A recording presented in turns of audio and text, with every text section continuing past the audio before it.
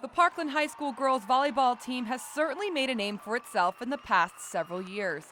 4 state championship appearances, 2 state titles, and a slew of conference titles and district victories have made Parkland one of the top-ranked teams in the nation. Even more astonishing is that Parkland volleyball has created a dynasty for one family of female athletes. Head coach Mike Krause is the father of current Parkland junior Kristen Krause, as well as her older sister Taylor. Both have won a state championship under the coaching of their dad. When I put that medal around Kristen's neck, that's when it really set in, because as a father, you look at it and say, wow, I put a gold medal around my daughter with Taylor. And then 3 years later, and just have the opportunity. I was a little in the back of my mind, a little nervous, and just from that side, from a parent's side, because you don't get a chance to look at the coaching side as a parent.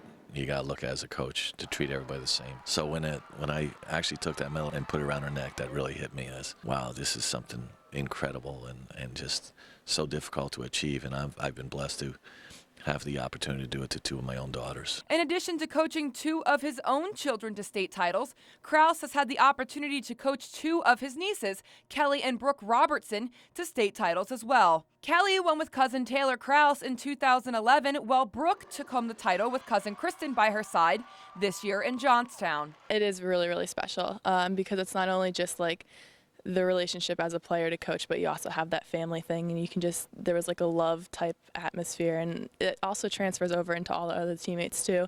He was an uncle to all of us just as much as he was to me. The older girls, Taylor Krause and Kelly Robertson, have gone on to play volleyball at Penn State, where they became 2-time back-to-back NCAA champions together, continuing the dynasty of success. Brooke, now a senior heading to the University of Delaware, and Kristen, who still has another year to go, say that their sisters' achievements have been motivating factors for them throughout their careers. I always looked up to her. I was really proud of her when she decided to go to Penn State. I knew she was going to push herself there, and I always looked up to her for how well she played, the way she carried herself on the court. Of course, with every successful athletic family, there's usually a bit of healthy competition flowing through the relationship.